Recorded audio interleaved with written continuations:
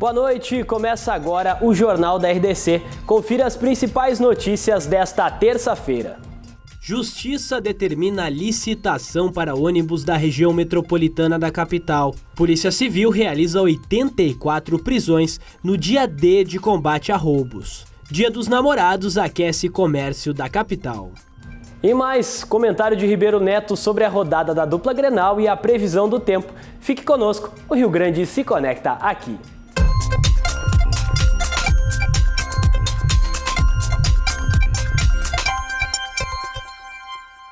A gente começa o Jornal da RDC de hoje falando sobre a determinação da Justiça aqui do Estado que determinou a licitação do transporte coletivo de ônibus da região metropolitana de Porto Alegre.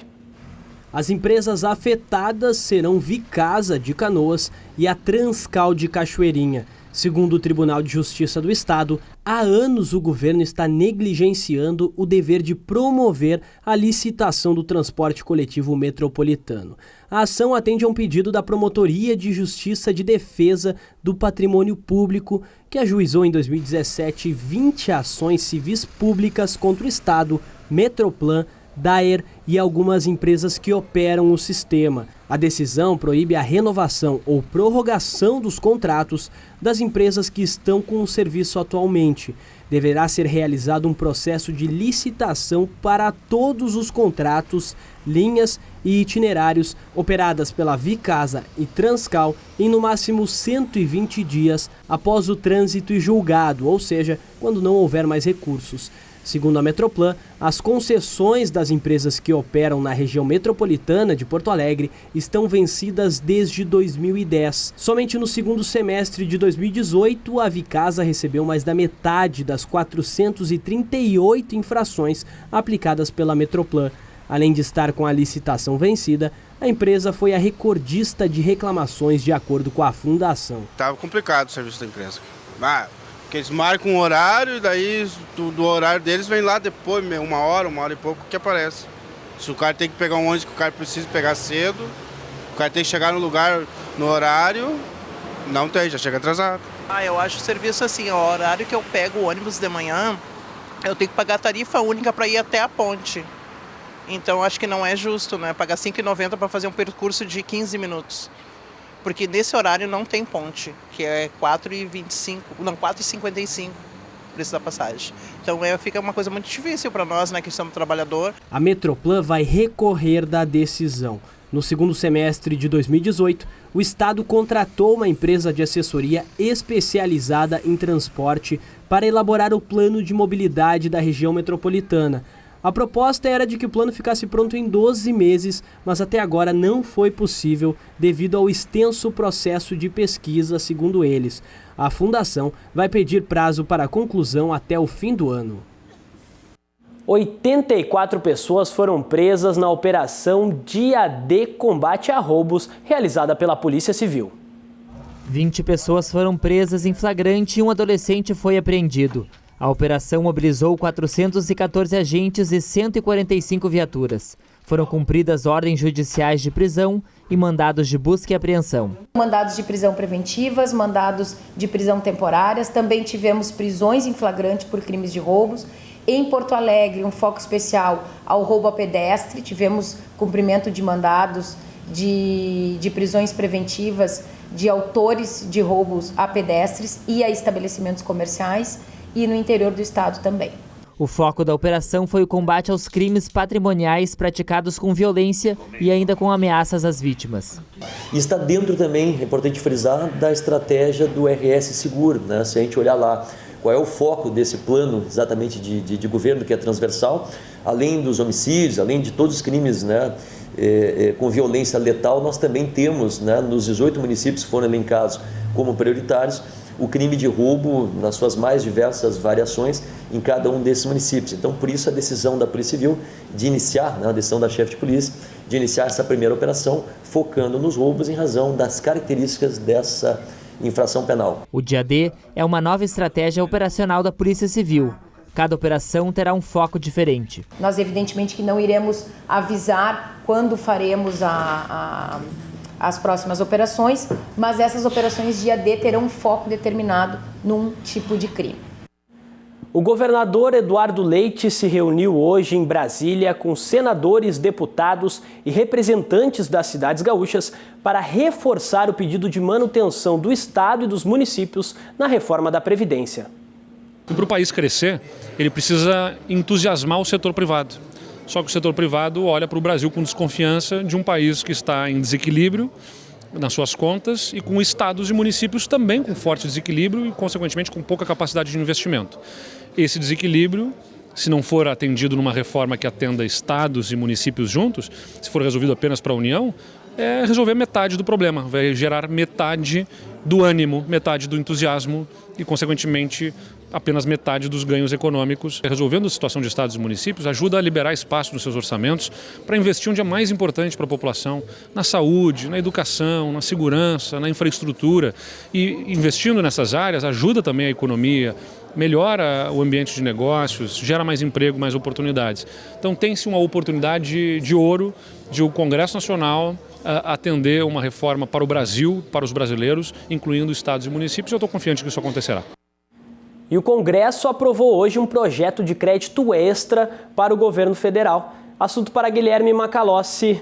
Macalossi, boa noite. Boa noite. O que pode beneficiar o governo federal com esse crédito extra aí, que é um bom fôlego, né? Bolsonaro escapa de cometer crime de responsabilidade. É claro, não foi ele que montou o orçamento, né? Acho que é importante dizer isso. Sim. O orçamento que o presidente recebeu foi um orçamento legado pelo governo anterior. Ele só vai delimitar o orçamento a partir do ano que vem. Mas, de qualquer maneira, o governo anterior anunciou antecipadamente para o governo atual de que haveria a necessidade de se buscar no Congresso Nacional a aprovação de um recurso extra que possibilitasse a ele pagar despesas correntes maiores do que aquelas que estavam previstas. E para que isso possa acontecer, o governo precisa dos parlamentares. Ele precisa de uma autorização, o que está na lei, o que está na Constituição. Se o governo faz uma operação de crédito que não está contida numa lei autorizativa, ele está incorrendo em crime de responsabilidade. Se ele não paga a conta prevista no orçamento, ele cai em crime de responsabilidade. Sabe quem é que praticou uma coisa similar a isso?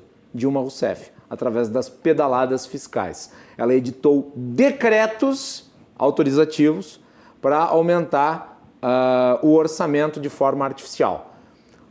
O modelo correto seria ela submeter esses decretos ao Congresso, Sim. como aconteceu agora. Então, o governo Bolsonaro se salva de uma situação muito complicada do ponto de vista das finanças e a população, o país, também. Porque o suplemento, que é na ordem de 250 bilhões, ele vai servir para manter planos importantes, como o Safra, que estimula a agricultura, e também projetos da área social, incluindo aí a aposentadoria de velhinhos, assistência social, dentre outras coisas. Então, é uma vitória do governo, é uma vitória do país, mas é importante dizer o seguinte, principalmente para esse pessoalzinho aí, que adora dizer, não, porque não temos que negociar, porque o Congresso tem que ser colocado de lado. Não, para que se aprovasse com a diferença de votos que se aprovou, quase uma unanimidade, é preciso ter muito jogo de cintura. E o governo operacionalizou, inclusive com integrantes da oposição, para conseguir os votos deles. Que era prevista essa vitória dessa maneira? Não era. Inclusive, imaginava-se que haveria alguma dificuldade pela natureza do governo Bolsonaro de ser anti-negociação. Exato. E daí negociação não é só cargo. Por exemplo, o governo teve que abrir mão de cortes em áreas como educação para convencer a oposição a votar com ele. Exato. Então está aí uma negociação que foi feita. Claro, a natureza do governo permanece, mas o que me deixa bastante feliz é que positivamente estejam sendo obtidas vitórias, e essas vitórias têm saído através do uso da articulação política dentro do Congresso Nacional, de modo a avançar numa agenda econômica que é importante para todo mundo. Perfeito. Conversas cruzadas hoje? Sobre orçamento. Sobre orçamento. Às 10h30 após 10h30 após o Jornal da RDC. Perfeito. Obrigado, Macalossi. Obrigado. Até mais. Boa noite. Boa noite. E agora a gente faz um rápido intervalo aqui no Jornal da RDC e na volta você vai ver. Busca pelo presente do Dia dos Namorados movimenta comércio aqui da capital. Nós já voltamos.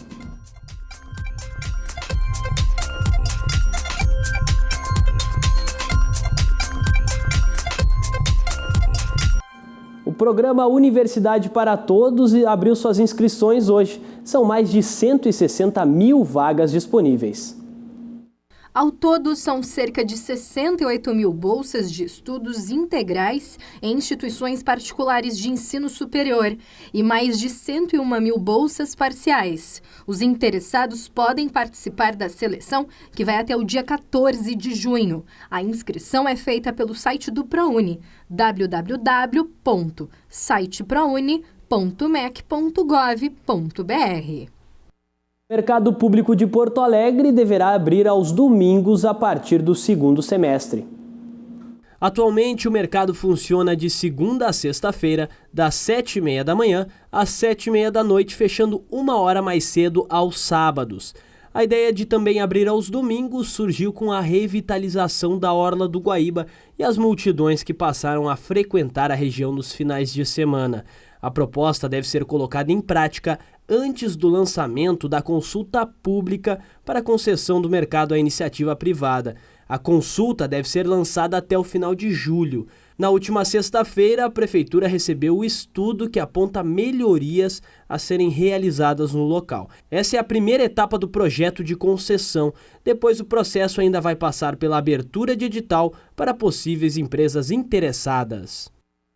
Agora vamos à previsão do tempo. O dia ficou de tempo estável aqui na capital hoje. Vamos ver como é que fica o clima em algumas regiões do estado para esta quarta-feira.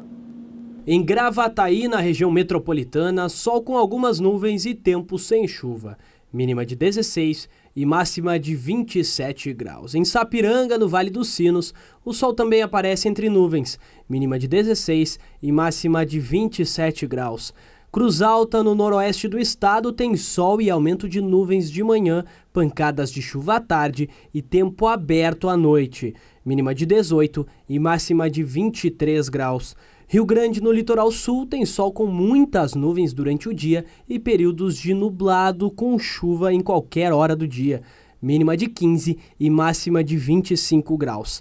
Lajeado, no Vale do Taquari, tem sol com algumas nuvens. Mínima de 18 e máxima de 28 graus. Agora é hora do futebol. O Grêmio está no Rio de Janeiro para enfrentar o Botafogo amanhã às 7h30 da noite. E o Internacional também amanhã recebe o Bahia às 9h30 da noite. Por isso eu convido para participar do Jornal da RDC o Ribeiro Neto. Ribeiro, tudo bem? Tudo certo? Tudo bom. Duas vitórias para a dupla Grenal, a gente pode prever? Boa noite. Não dá para prever. Boa noite. Eu gostaria muito, de ter esse poder aí, mas na verdade eu gostaria e acho até que é necessário. Né? O Grêmio em especial, porque ameaça uma recuperação do campeonato, embora, na minha opinião, não tenha nada o que fazer a não se brigar futuramente, quem sabe, talvez, por uma vaga na Libertadores. E o Inter, que também, na minha opinião, porque eu vejo o Palmeiras muito distante dos outros, né? Sim. Mas tudo bem, vamos lá, o Inter está melhor colocado, e o Inter dentro de casa, ele faz tem uma produção, tem um histórico, tem um percentual, tem 100% de aproveitamento do brasileiro. E pega um Bahia, que tem um técnico conhecido como o Roger, né? O Inter sem o Guerreiro é outro time, né? Então pode ser que tenha um pouco de dificuldade. Mas enfim, respondendo a tua pergunta, quero muito acreditar que a gente tenha 2 vitórias. Sim. Acho difícil, mas não é impossível. Né? Na teoria, o Grêmio tem mais time que o Botafogo, o Inter tem mais time que o Bahia. Mas como é teoria, né? Vamos aguardar. E essa rodada aí termina a primeira parte do Campeonato Brasileiro. Isso quer dizer que teremos a parada para a Copa América, e aí eu espero, né? Nós vamos ter muitas perguntas que estão sem respostas. Exato. Quem sai, quem não sai. Transferências, quem vai sair, quem não vai. Isso pode mudar um pouquinho a situação. Né? Mas eu espero que se use a parada para que se aprimore a equipe. O Grêmio, então, né? O Grêmio pode perder o seu melhor jogador, né, nessa parada agora, que é o Everton. As especulações estão aí. Pode até perder o Everton, mas pode perder o Luan, o Tardelli, não se sabe muito bem, né? Então, são as perguntas que não têm resposta. E aí o Grêmio, então, mais ainda terá que se reinventar, voltar para as Copas, Copa do Brasil e Libertadores, uma outra performance, com outra dinâmica de jogo, porque a gente espera disso num grupo caríssimo montado e qualificado, montado pelo presidente Romildo Bolzano. Perfeito. Obrigado, Ribeiro. Um grande abraço. Tchau, tchau. Boa noite. Até mais. Amanhã é o Dia dos Namorados e não existe forma melhor do que comemorar o seu amor do que nessa data dar um presente bem legal para aquela pessoa que você ama. E você, já comprou o seu presente do Dia dos Namorados? 12 de junho, Dia dos Namorados, momento de expressar todo o carinho a quem se ama. Nesta data é muito comum a troca de cartões e presentes especiais. No momento ainda não, mas está chegando a data. Já tem alguma opção? Ainda não, não tenho, sinceramente não tenho. Ainda não comprei e estou procurando. Estão procurando agora. Já tem ideia do que vai dar pro namorado? Ele até já ganhou, já ganhou mês passado, que ele de tão ansioso não conseguiu esperar. Se você ainda não comprou o presente pro seu amor e o pior, não sabe o que presentear, nós separamos boas dicas para você. São muitas as lembrancinhas que podem agradar o parceiro ou a parceira. Com a chegada do inverno, roupas como blusas e jaquetas, além de sapatos, são sempre uma boa alternativa. Acessórios como relógios e óculos também dão um diferencial ao look, mas o significado vai muito além do material. Acho que algo barato, mas com carinho, né? Algo assim, sem gastar muito por causa da crise, né? Mas acho que é isso. O que vale é a intenção, né? É o gesto, na verdade, né? O Jornal da RDC fica por aqui. Mais notícias amanhã ao meio-dia no Rio Grande Movimento, agora com o Ribeiro Neto, que estava aqui nos comentários do esporte. A seguir, você fica com o Cruzando as Conversas. Boa noite e até amanhã.